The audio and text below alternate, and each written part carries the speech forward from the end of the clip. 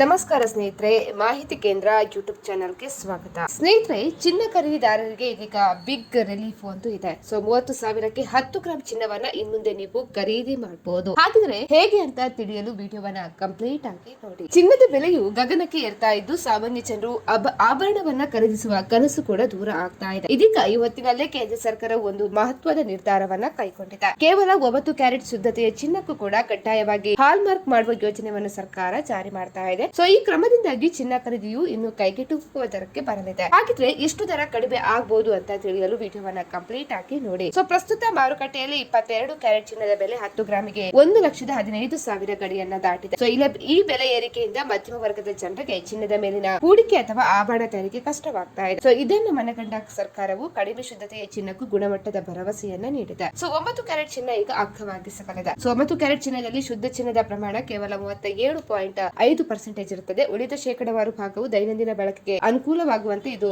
ಮಿಶ್ರ ಲೋಹಗಳಿಂದ ಕೂಡಿರುತ್ತದೆ.